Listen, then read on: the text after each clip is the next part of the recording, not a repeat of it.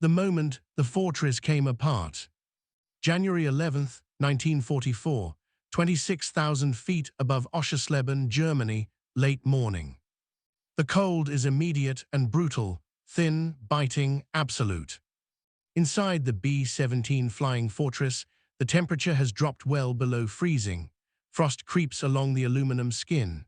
Oxygen masks hiss softly with every breath. The engines roar in steady, comforting rhythm, 4 Wright cyclones pulling 13 tons of bomber through flak-filled sky. Then the rhythm breaks. A violent crack slams through the aircraft, louder than anything before it. Not the sharp snap of machine gun fire, not the distant thud of flak bursting nearby. This is different. This is impact. The nose of the bomber disappears in an instant, ripped away as if torn off by an invisible hand. Plexiglass shatters outward. Aluminum framing folds and peels. Charts, wires, fragments of metal, and freezing air explode backward into the fuselage. Where the bombardier's compartment existed seconds ago, there is now nothing. Just open sky. The wind howls into the aircraft like a living thing, screaming at over 200 miles per hour. Loose equipment vanishes instantly, ripped out into the slipstream. Frost crystallizes in midair. The bomber lurches hard to the right, then pitches violently downward. For a heartbeat, everyone aboard believes the same thing. We are done. Lieutenant Robert Bobby Morgan, pilot, grips the yoke as the aircraft bucks beneath him. The controls feel wrong, loose, uneven, unresponsive. Warning lights flash. The intercom erupts in overlapping shouts, cut short by static. Up front, there is no bombardier anymore. There can't be. The nose is gone. Morgan fights the instinct to pull hard. Years of training scream at him to stabilize, but he doesn't know if the control surfaces are even connected anymore. A sudden correction could shear the remaining cables clean through. Behind him, co-pilot Lieutenant James Jim Baker stares forward, eyes wide. He can see the sky. Not through glass. Through nothing. Snowflakes whip straight into the cockpit, stinging exposed skin. The oxygen system struggles to keep up as pressure drops. The temperature plummets further. Someone yells, "The nose is gone." No one argues. Down in the shattered front section, the navigator's table is half torn away. Maps are plastered to bulkheads by frost. The Norden bombsight, once guarded like a state secret, is simply gone, ripped into the sky along with its mounting. Control cables hang loose, exposed, vibrating like live wires.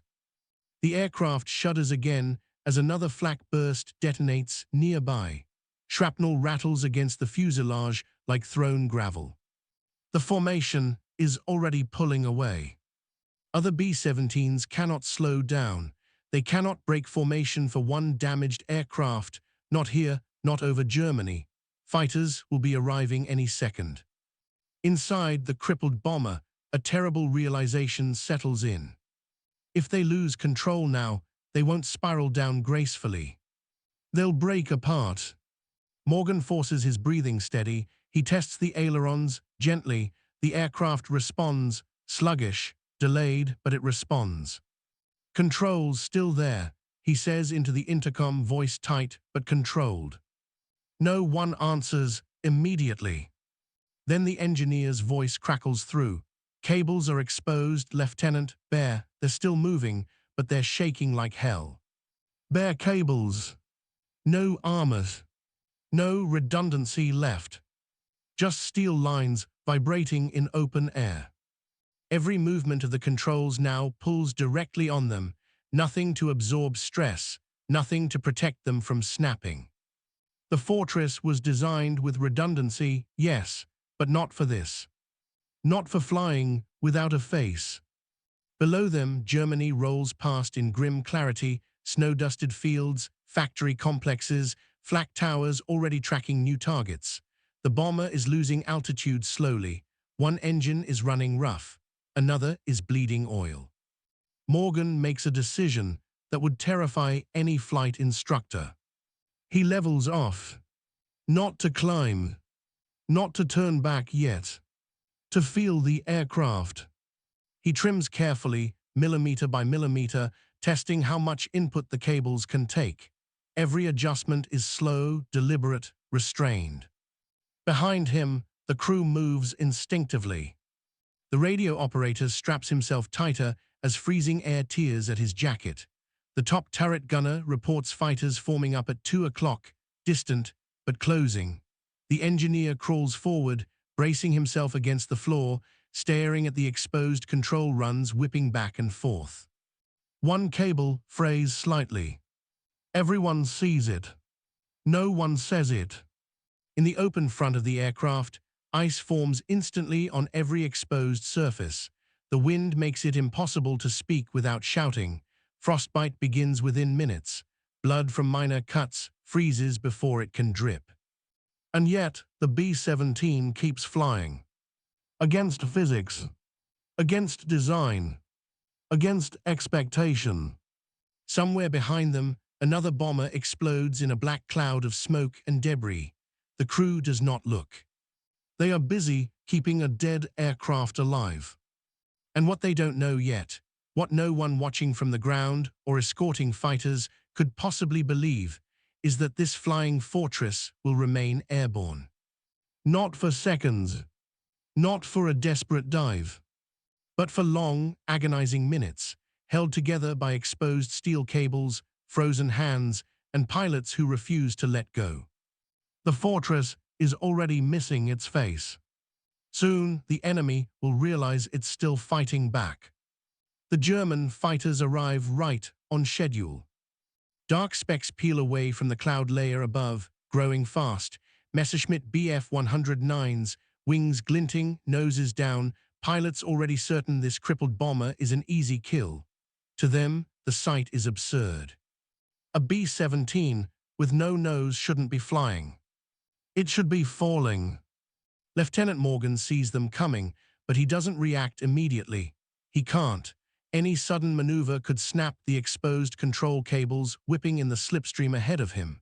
He holds the yoke steady, knuckles white, feeling every vibration transmitted directly through the bare mechanics of the aircraft. Steady, he says, more to himself than anyone else. The first fighter opens fire.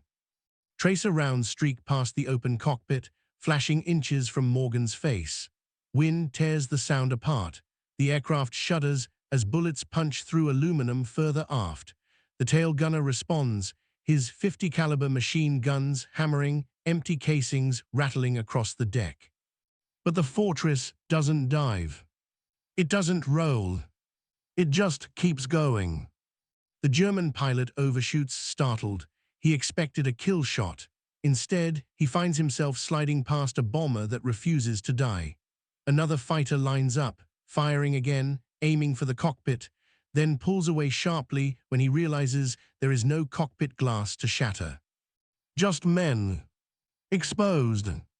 Alive. Inside the B-17, the engineer shouts into the intercom. Cables fraying more. You pull too hard, we lose pitch. Morgan nods.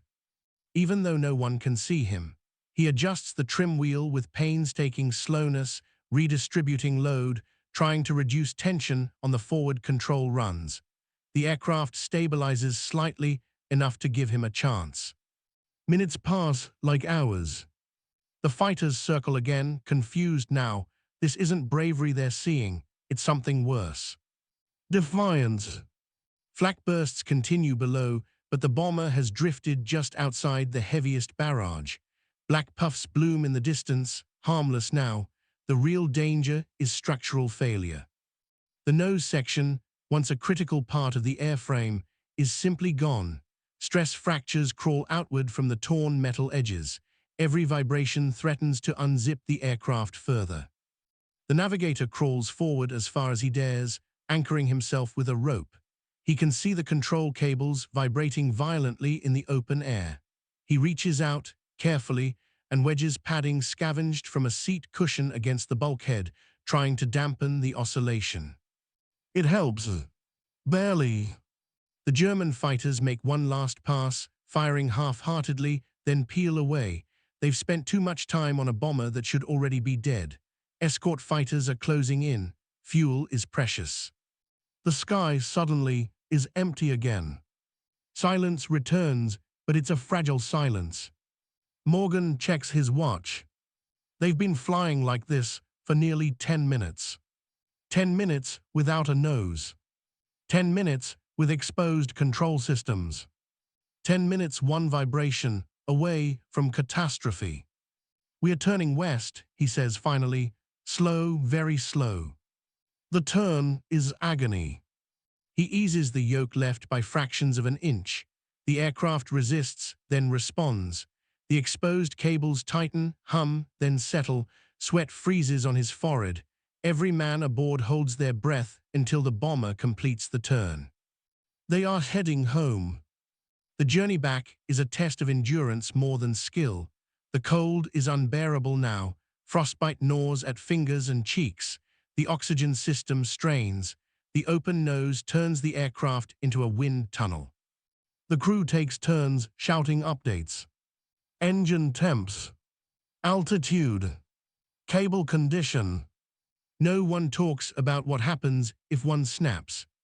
Over friendly territory at last, Morgan allows himself a shallow descent. The aircraft handles worse as speed drops, but he has no choice. Landing this thing at full weight would tear it apart. As the English coastline appears below, disbelief spreads through the crew. They made it. But landing is still ahead. The approach is the most dangerous moment yet. Landing requires precise pitch control, exactly what their damaged system can barely provide. The engineer crawls forward again, eyes locked on the cables. If they start to go, he yells, I'll tell you. The runway rushes up. Morgan flares gently, too gently. The bomber slams down hard, bouncing once, then again. The cables scream under tension. Then the wheels hold. The B-17 skids, shudders, and finally rolls to a stop, steam rising from engines and frost-covered metal. Silence. For a long moment, no one moves. Then someone laughs, sharp, almost hysterical. Ground crews rush toward the aircraft and stop dead in their tracks.